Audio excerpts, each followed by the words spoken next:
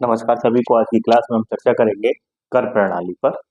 Taxation पर कराधान क्या है, इस पर चर्चा करेंगे। तो सबसे पहले इसके ऐतिहासिक पृष्ठभूमि पर हम बात करेंगे कि कराधान की ऐतिहासिक पृष्ठभूमि क्या है। तो कालिदास जी ने अपने ग्रंथ रघुवंशम में राजा दिलीप के बारे में ये बात कही है कि जिस प्रकार सूर्य पृथ्वी से नमी को सोख कर 1000 गुना नमी पृथ्वी को लौटा देता है, वैसे ही एक राजा राजा अपनी प्रजा की भलाई के लिए बहुत बड़े स्तर पर संसाधनों का, पैसे का और सामग्री का, वस्तुओं का क्या करता है, व्यय करता है, ताकि इससे समाज का, प्रजा का, ना उसके नागरिकों का कल्याण हो सके। तो कालिदास के इस ग्रंथ रघुवंशम में भी कर व्यवस्था पर बल दिया गया है कि सूर्य से तुलना की गई है कि जिस प्रकार सूर्य अच्छाइयों को सोख लेता है, नमी को सोख लेता है और उसे फिर वापस पृथ्वी पर 1000 गुना के रूप में लौटा देता है, वैसे ही एक राजा भी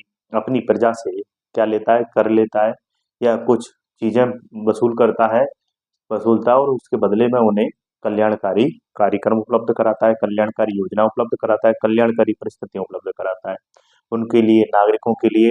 वह पैसे का व्यय करता है अपने राजकोष से।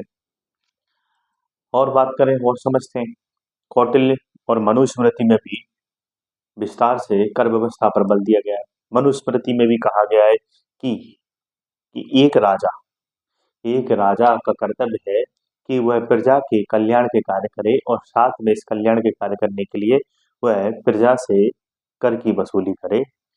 तो यहाँ मनुस्मृति में भी यह बात कही गई है कि राजा प्रजा के कल्याण के लिए क्या करे, जनता से, उसकी नागरिक से, उसकी प्रजा से कर की वसूली करे।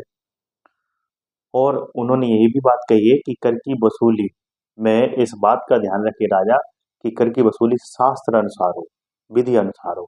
जैसा कि आज हम देखते हैं कि विधि के प्राधिकार के बिना आप कर की वसूली नहीं कर सकते। यह हमारे संविधान के अनुच्छेद 265 में लिखी गई बात है।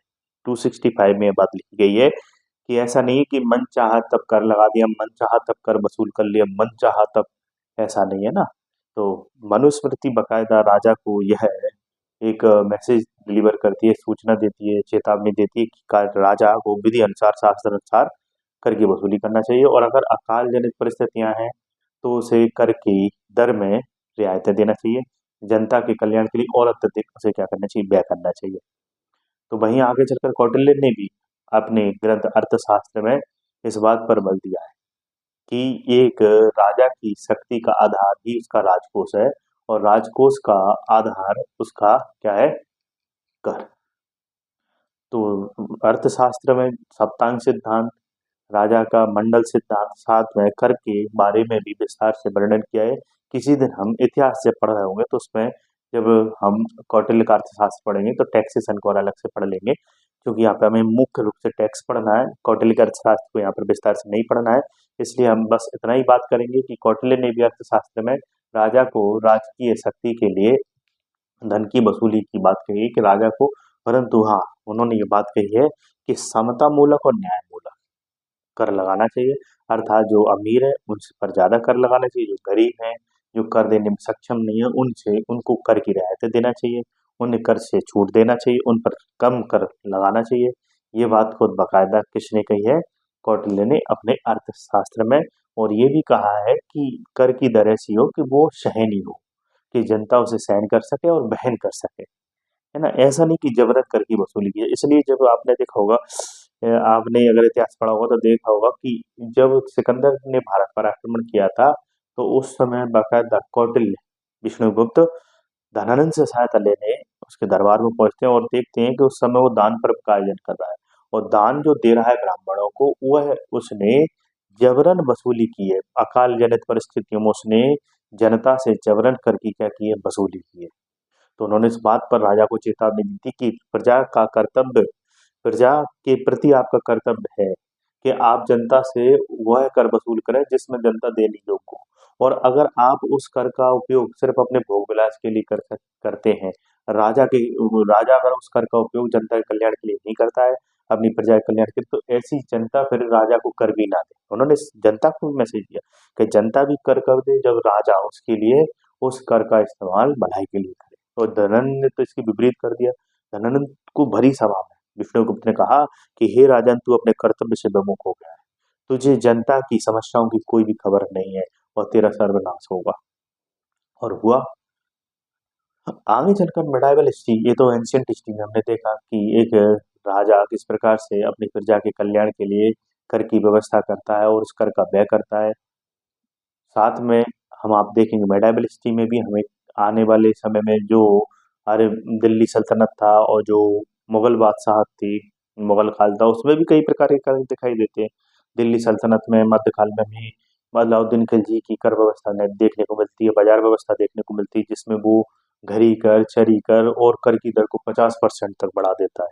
सोचिए आप, है कि नहीं? सिंचाई पर कर अलग लगता है, कृषि पर अलग कर लगता है ना? पशुओं को चराने पर अलग करता है, बिक्री कर अलग लगता है वो कर की दर को, क्योंकि वो उसे पता है कि कर की दर में वृद्धि होगी, अर्थात आर्थिक रूप से वह मजबूत बनेगा और इसी आर्थिक रूप से मजबूत बनकर वह अपनी बड़ी सैन्य व्यवस्था का निर्माण कर पाएगा, बनी बड़ी प्रशासनिक व्यवस्था को निर्मित कर पाएगा इस कर के आधार पर, राजस्व के आधार पर। और इसी के आधार से वह भारत के विशाल साम्राज्य के अभियान करके भारत का राजा बन सकता है, अपनी सीमाओं को सुरक्षित कर सकता है और पड़ोसी राज्यों को जीत सकता है, क्योंकि आर्थिक शक्ति ही सैनिक शक्ति का आधार है, ऐसा वो मानता था। आगे चलकर मुगल बादशाह जब अकबर जैसे लोग आए, तो उस समय भी हमें कर व्यवस्था देखने को मिलती है ना? जजिया जकात जैसे कर हमें देखने को मिलते हैं और वहाँ भी अकबर पूरी कोशिश करता है कि कर जनता से ऐसे वसूले जाएं कि जनता देने में सक्षम हो।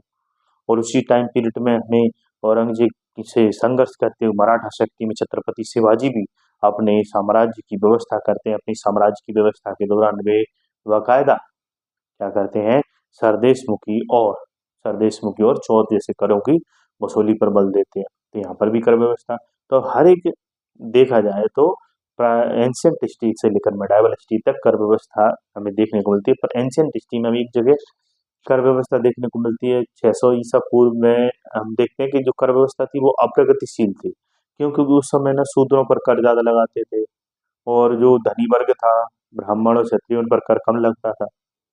तो वहाँ कर व्यवस्था अप्रगतिशील कर व्यवस्था का मतलब है कि भाई कर उस पर लगाया जाए जो देने में सक्षम है, कर उस पर न लगे महाजनपद काल में, जबकि शूद्रों पर और जो जिन में लोग मान लिया गया उन पर कर ज्यादा लगा दिया, जबकि उनकी बेचारों की आय कुछ भी नहीं थी, फिर वो कहाँ से कर देते बोलिए?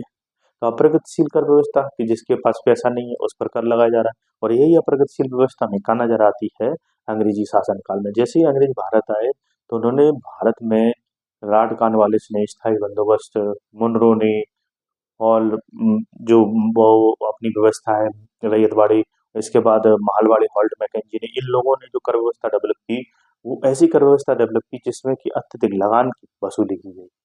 अंग्रेजों ने कहा दोगुना दम का दोगला लगान देना ही पड़ेगा।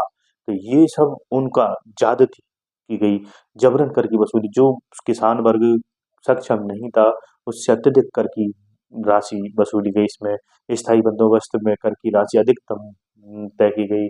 तो वहीं रैयतवाड़ी माहलवाड़ी में और कर की राशि को अधिकतम निश्चित कर करना ही नहीं, बल्कि हर एक 25-30 साल में उसको क्या कर देते थे, वो बढ़ा देते थे, चाहे अकाल पड़े, चाहे विषम परिस्थितियां हो, विपदा हो। तो पूरी अप्रगतिशील व्यवस्था थी। इसके कारण भारत का जो धन था इस कर व्यवस्था के कारण वो निष्कासित होकर इंग्लैंड चला गया और भारतीय किसान, व्यापारी, जितना भी वर्ग, उद्योगपति वर्ग, वो सब निर्धन हो गया। और इसी निर्धनता के कारण भारतीय अर्थव्यवस्था औद्योगिकरण नहीं कर पाई, कृषि का विकास नहीं हो पाया, भारत में अवसंरचना का विकास नहीं हो रहा, भारत एक पिछड़ी पर निर्धनीकरण अर्थव्यवस्था के रूप में सामने आया, एक औपनिवेशिक अर्थव्यवस्था के रूप में सामने आया। अब भारत आजाद हो गया, आजादी के बाद हमारा ध्यान पूरा किस पर था? कर व्यवस्था को सुचारू रूप से बनाना। तो संविधान लिखा जा रहा था और संविधान में प्रावधान किया गया कि भैया कर की व्यवस्था हम आर्टिकल 265 के तहत कि कर का प्राधिकार कि कर बिना कानून के प्राधिकार के वसूला नहीं जाएगा। तो मैं अब इतनी आपको कहानी बता दिया, इसका अर्थ तो आपको समझ में आ गया होगा कि कर क्या होता है। एक सरकार के राजकोष में भुगतान, कैसा? अनिवार्य अंशदान या बाध्यकारी दायित्व। ये अंशदान जो आप कर रहे हैं वो अनिवार्य और बाध्यकारी है, ये रिस्पॉन्सिबिलिटी हमारी। ये कैसी रिस्पॉन्सिबिलिटी है कि हमें ये देना ही देना है, ऐसा नहीं कह सकते कि हम टैक्स सरकार को नहीं देंगे। अगर सरकार को टैक्स नहीं देंगे तो सरकार की आय का स्रोत क्या होगा? और कर जो शब्द है वो कराधान से ही निकल कर आया, और कराधान से जो कर निकल कर आया उसका मतलब है आंकलन करना। आंकलन किया जाता है कि भाई इस साल हमारी कितनी आय होगी, राजा की आय कितनी होगी, एक देश की आय कितनी होगी, और उस आय से हम कितना अपना व्यय करके हमारी जनता की आवश्यकताओं की पूर्ति कर सकते हैं। सरकार क्यों टैक्स वसूल कर रही है? क्योंकि भाई साहब आप बताइए, इतनी बड़ी बड़ी रोड है हमें चाहिए, बोलिए, हमें पेयजल की व्यवस्था चाहिए, हमें स्वच्छता चाहिए, हमें स्वास्थ्य चाहिए, हमें शिक्षा चाहिए, बोलिए, हमें ऊर्जा चाहिए, हमें बिजली चाहिए, हमें कंप्यूटर चाहिए, बोलिए, तो हमें सुरक्षा चाहिए। ये सब कैसे? हमें संसाधन चाहिए जीवन जीने के लिए जो हमारे लिए बहुत ज्यादा उपयोगी। तो क्या एक व्यक्ति अकेला ऐसा कर सकता है?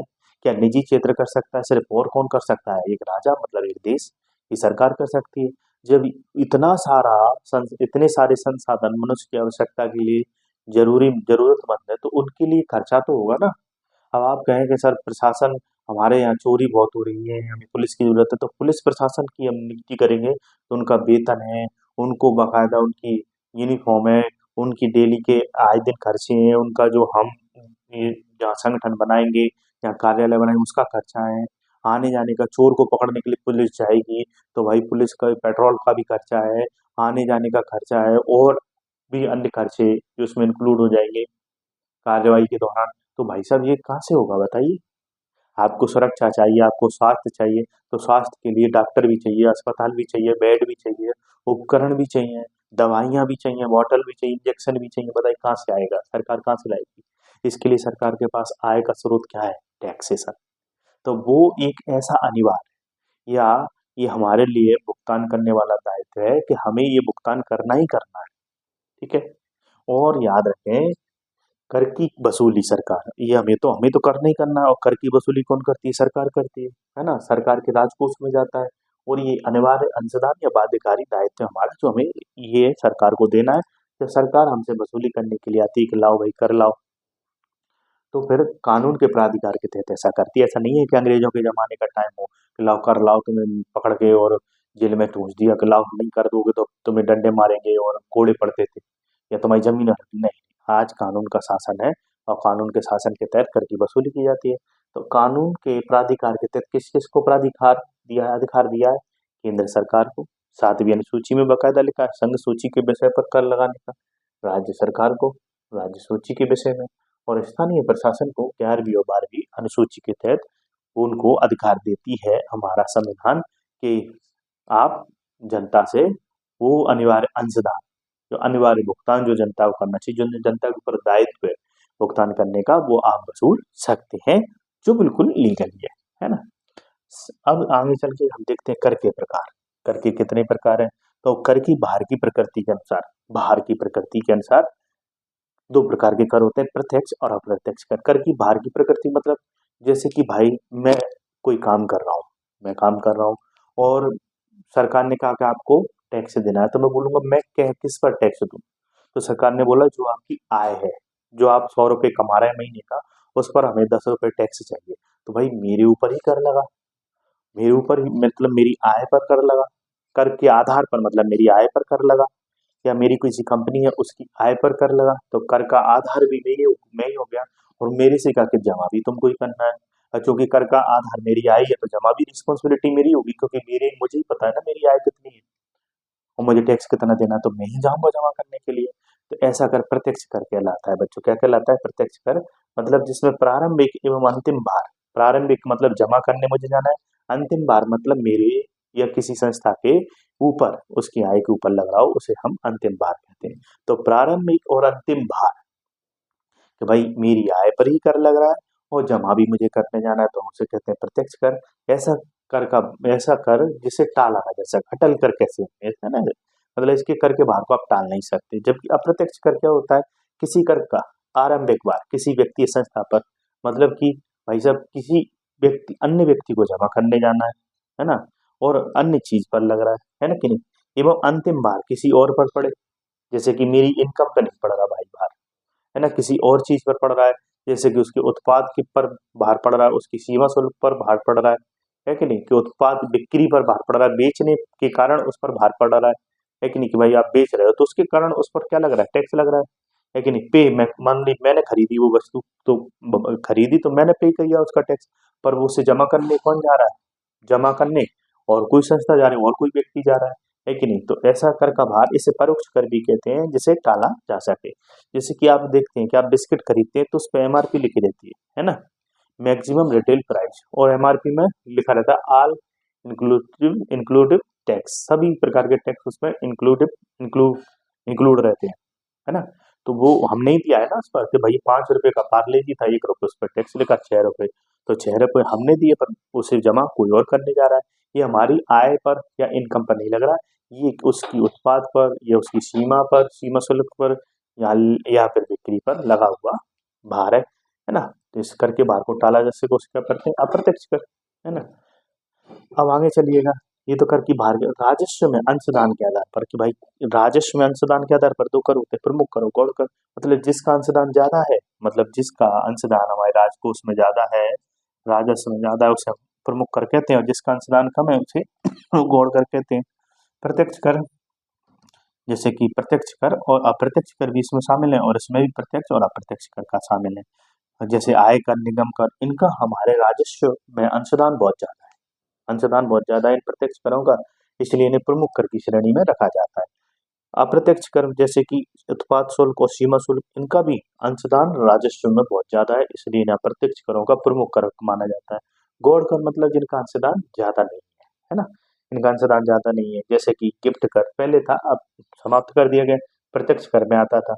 अप्रत्यक्ष कर में स्टाम्प शुल्क है, जैसे कि स्टाम्प शुल्क है, वो उसका अंशदान क्या है, राजस्व में ज्यादा नहीं है, इसलिए वो गौण कर में आता है। तो इसमें प्रमुख कर और गौण कर देख लिया। अगली बात है प्राधिकार के आधार पर करों का प्रकार, 3 प्रकार का हमने देखा था। प्राधिकार, केंद्र सरकार लगाती है निगम कर, आय कर, राज्य सरकार पथ कर, भू राजस्व, और स्थानीय कर, 3 प्रकार के प्राधिकार के आधार पर केंद्र सरकार संघ सूची पर, राज्य सूची पर, और स्थानीय प्रशासन 11वीं और 12वीं अनुसूची पर क्या लगाती है, कर लगाने का प्राधिकार रखती है। तो ये भी 3 प्रकार के कर माने जाएंगे, है कि नहीं। और वस्तु के लक्षण के आधार पर, वस्तु के लक्षण के आधार पर, जैसे कि मूल्यवान कर, ये कैसा कर होता है, सोना चांदी, उनकी मौद्रिक जो आय रहती है, मौद्रिक जो कह सकते हैं मूल्य रहता है, कि इनका मौद्रिक मूल्य इतना है और वो पूरे भारत में एक समान है, तो उन पर लगने वाला कर, जैसे कि सोना चांदी पर। विशेष कर जैसे कि हम कोरियर करते हैं तो वजन नापते हैं, फिर हम हमसे क्या लेते हैं, वो वजन नाप कर पैसा लेते हैं कि भाई इतना पैसा लगेगा, और उस पर हमें ये भी बता देते हैं इस पर इतना टैक्स भी है। वजन, आकार, आकृति के कारण, जैसे उदाहरण के कोरियर ले सकते हैं, है ना। यहाँ मूल्यवान कर मतलब कि किसी वस्तु की मौद्रिक मूल्य के आधार पर कर लगाया जाता है, सोना चांदी का मौद्रिक मूल्य कितना है ना, तो किसी विशेष प्रकार का उसके वजन, आकृति, आकार के कारण लगाया जाता है। वस्तु के लक्षण आकलन पद्धति के आधार पर टर्नओवर टैक्स और वैट और जीएसटी होता है ना। टर्नओवर टैक्स वैट का ही टर्नओवर टैक्स अंग्रेजी काल में था, उसे हमने बदलकर वैल्यू एडेड टैक्स किया, और वैल्यू एडेड टैक्स का इस तरह रूप क्या है, जीएसटी, है ना, गुड्स एंड सर्विस टैक्स, है ना। तो हम यहाँ देख लिए कर की परिभाषा, कर के प्रकार देख लिए, और कर पर कुछ समितियां बनी, कि राज समिति बनी 1972 में, और इस समिति ने सुझाव दिया कर में सुधार करने के लिए, कर चोरी रोकने के लिए, कि हमें कैसे प्रशासन में अपव्यय रोककर, भ्रष्टाचार को रोककर कर के कर राजस्व की आय में वृद्धि करना चाहिए। बल्कि एलगेजा समिति ने भी सुझाव दिया कि अप्रत्यक्ष करों में सुधार करना चाहिए, क्योंकि अप्रत्यक्ष करों में कानूनों की बड़ी समस्या, समझने की समस्या, उन्हें कैलकुलेट करने की समस्या थी, इसलिए उन्होंने कहा, एलगेजा समिति ने, अप्रत्यक्ष कर सुधार पर बल देना चाहिए, है ना। इसके पश्चात चलैया समिति की बात करें तो चलैया समिति ने 1991-93 में करों की दर को कम करने की बात की, क्योंकि आप सबको पता है कि भारत जब आजाद हुआ तो करों की दर बड़ी ऊंची थी, मतलब 100 रुपए में से आप 85-90 रुपए तो आपको कर ही में जाने हैं, मतलब कि उस समय व्यक्ति डरता था किसी भी चीज को बताने से सरकार को, इसलिए काले धन की मात्रा बहुत थी, क्योंकि पता चल जाएगा सरकार को तो सरकार टैक्स इतना लगा देगी कि भाई कमा जितना नहीं रहे उतना तो सरकार को ही देना पड़ रहा है, इसलिए उस समय लोग अपनी आय को छुपाते थे, लोग बताते नहीं थे हमारी आय कितनी है, इसलिए कर की वंचना होती थी, कर से लोग बच जाते थे, टैक्सेशन से बचने का प्रयास करते, जिससे कर की चोरी होती थी, राज्य की आय कम थी, राजस्व आय कम थी, इससे आय कम होने से, आय तो कम थी, ऊपर से व्यय लगातार सरकार बढ़ा रही थी, जनसंख्या वृद्धि से मांग बढ़ रही थी, मांग बढ़ने से सरकार की और व्यय बढ़ रही थी, और इस व्यय को पूरा करने के लिए सरकार के पास आय का स्रोत था नहीं, क्योंकि कर की इतनी बड़ी ऊंची दरें जो थी कि लोग बाग इतनी ज्यादा कर देने से कतराते थे। तो भाई कोई सामान वो लेकर आए, कोई उत्पादन कर रहा है, तो वो सर को वो बताते नहीं थे सरकार को, है ना। तो इन्होंने कहा कि अगर कम कर होंगे तो लोग खुद प्रोत्साहित होकर कर देने आएंगे, कर का व्यापक वो बढ़े, व्यापकता बढ़ेगी, है ना, व्यापक प्रसार होगा। कीलकर समिति ने भी कहा कि प्रत्यक्ष अप्रत्यक्ष करों में क्या करना चाहिए, सुधार। इन्होंने दोनों करों के सुधार की बात की कि दोनों करों में हमें अब संशोधन करना चाहिए, और आखिरकार हमारे देश में बैट आया, बैट के बाद जीएसटी। आज जीएसटी हमारे 101 बार संविधान संशोधन करके हमने जीएसटी को लागू किया, और अप्रत्यक्ष करों को हमने समेकित करके एकत्रित करके आज कर की जो वंचना थी उसको रोका, और कर की दर में वृद्धि हुई। आज राजस्व जो हमारा कोष है, राजस्व जो आय है, उसमें लगातार वृद्धि हो रही है। इसके पीछे कारण है जीएसटी सुधार, जो भारत में वर्तमान में लागू है। तो हम बाकायदा ध्यान पूर्वक ये पढ़ेंगे, टर्नओवर टैक्स का अगली क्लास में वेट क्या है और जीएसटी क्या है ना, और विभिन्न समितियों के बारे में भी हम विस्तार से चर्चा करेंगे। ठीक है, तो आज की क्लास आपको कैसी लगी? मैंने एंशिएंट, मेडाइवल, मॉडर्न और वर्तमान तक की कर व्यवस्था को आपको समझाने का प्रयास किया है, और मैं अगली क्लास में आपको बताना चाहूंगा कि कर व्यवस्था कैसी होना चाहिए। मतलब कि कर व्यवस्था प्रगतिशील होना चाहिए, कर व्यवस्था समता मूलक होना चाहिए, कर व्यवस्था उत्पादकता होना चाहिए, कर व्यवस्था में मितव्ययता होना चाहिए, है ना, कर व्यवस्था में प्रशासनिक कार्य कुशलता होना चाहिए, कर व्यवस्था ऐसा हो कि उत्पादकता भी बढ़े, साथ में आर्थिक सामाजिक विकास को भी बढ़ावा दे, लोगों की आर्थिक गतिविधियों के साथ आय में भी वृद्धि हो, है ना। तो ये सब हम अगली क्लास में पढ़ेंगे कि कर व्यवस्था की प्रवृत्ति कैसा होना चाहिए, है ना, कर व्यवस्था कैसी हमारे ही देश में नहीं, पूरे विश्व में हर जगह कर व्यवस्था कैसी हो। ठीक है, तो हमने आज कर पर चर्चा की, टैक्सेशन पर चर्चा की। अगली क्लास में कर व्यवस्था की हम गुणवत्ता या विशेषताओं, कर व्यवस्था, एक अच्छी कर व्यवस्था कैसी होना चाहिए, एक गुणकारी कर व्यवस्था कैसी होना चाहिए, है ना। ठीक है, अगली क्लास में फिर मिलेंगे, तब तक के लिए धन्यवाद, खुश रहिए, मुस्कुराते रहिए।